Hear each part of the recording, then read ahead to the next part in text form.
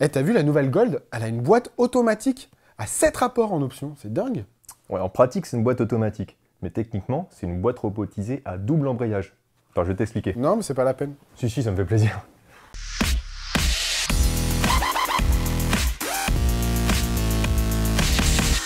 Une vraie boîte automatique, c'est un truc qu'on trouve principalement dans les bagnoles. La boîte auto utilise un convertisseur de couple à la place de l'embrayage. Et à la place des arbres et des pignons, on trouve des trains d'engrenage épicycloïdaux. Sans oublier le système de commande hydraulique, de frein et d'embrayage qui permet de passer les différents rapports.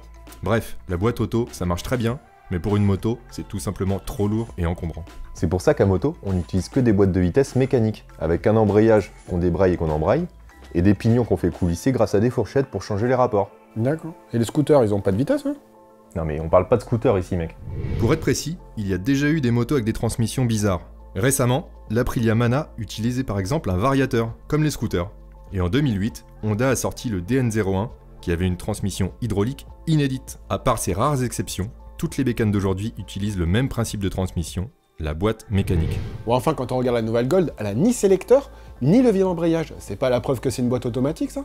En fait, ça veut juste dire que c'est un système électro-hydraulique qui prend la place de ta main et de ton pied. C'est tout, mais ça reste une boîte mécanique dans le fonctionnement.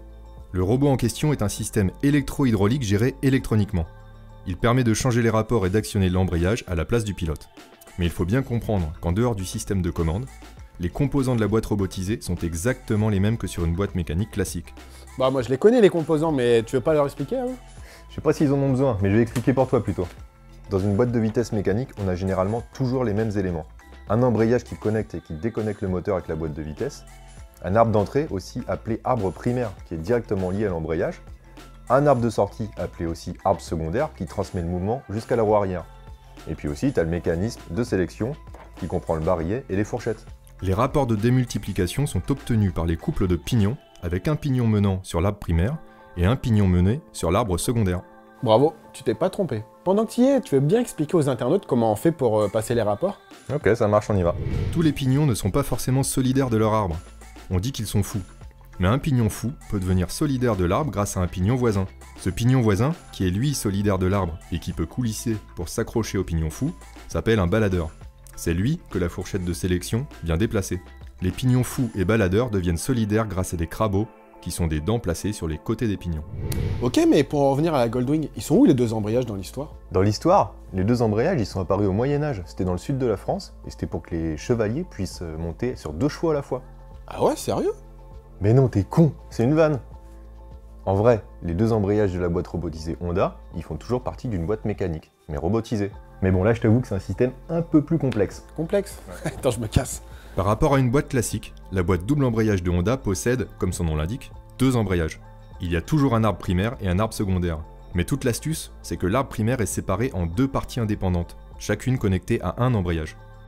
Ok, mais comment les deux parties de l'arbre primaire sont connectées aux embrayages alors qu'ils sont côte à côte? Ça va pas? Si, ça va. Non mais c'est la première fois que tu poses une question pas con, donc ça me fait bizarre. Bon bah je vais t'expliquer. Il y a un des 2 arbres primaires qui est creux, et le deuxième arbre passe à l'intérieur. C'est comme ça qu'on peut avoir 2 arbres primaires indépendants. D'accord.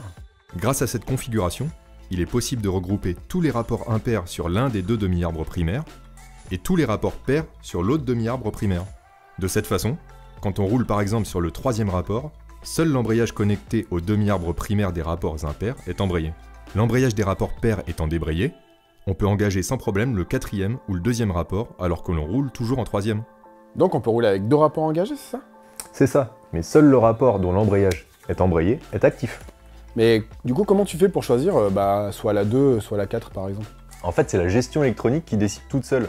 Mais elle est pas bête. Par exemple, si tu es en 3e et que tu accélères, et ben elle va présélectionner la 4e. A l'inverse, si tu décélères et que tu freines, le régime va descendre, et à ce moment-là, elle va présélectionner le 2e rapport.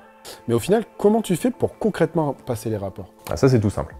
Pour changer de rapport, il suffit de permuter d'embrayage. En clair, quand on reprend l'exemple du passage de la première à la 2e, il suffit de débrayer l'embrayage lié au rapport impair et d'embrayer l'embrayage lié au rapport pair. Le 2e rapport, qui était préalablement engagé, devient actif.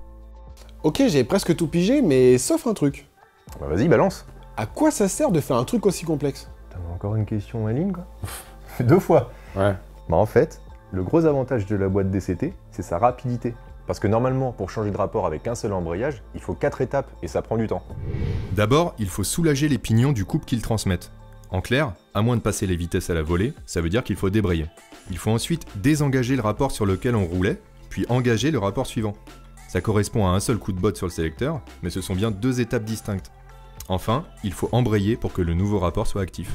Sur une boîte à double embrayage, comme on l'a vu, l'engagement du rapport suivant est déjà réalisé. Et le désengagement du rapport sur lequel on roulait sera fait plus tard. Donc on court-circuite 2 étapes. Et ça fait gagner vachement de temps. Sans oublier que c'est plus le pilote qui gère l'embrayage.